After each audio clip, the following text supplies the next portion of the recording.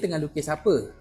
Saya tengah lukis karakter ni. Karakter apa? Saya pun tak tahu. Tapi saya lukis karakter yang saya tak biasa lukis, dan karakter ni adalah karakter yang saya tak suka lukis pun sebenarnya. Kenapa saya tak suka lukis? Dan saya percaya ramai adik-adik yang suka lukis pun tak suka lukis benda yang apa yang saya lukis ni. Sebab lukisan karakter ni bosan. Lukisan karakter ni seperti pakcik-pakcik yang garang.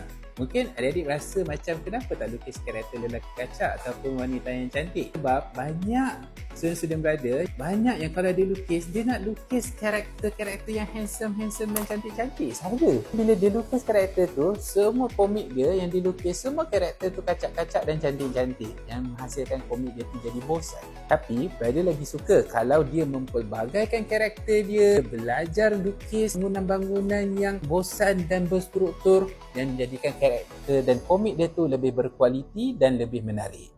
Ini teguran kepada adik-adik yang bila dia melukis tu mesti dia nak memilih, tapi hasilnya asyik-asyik ulang lukis benda yang sama sahaja.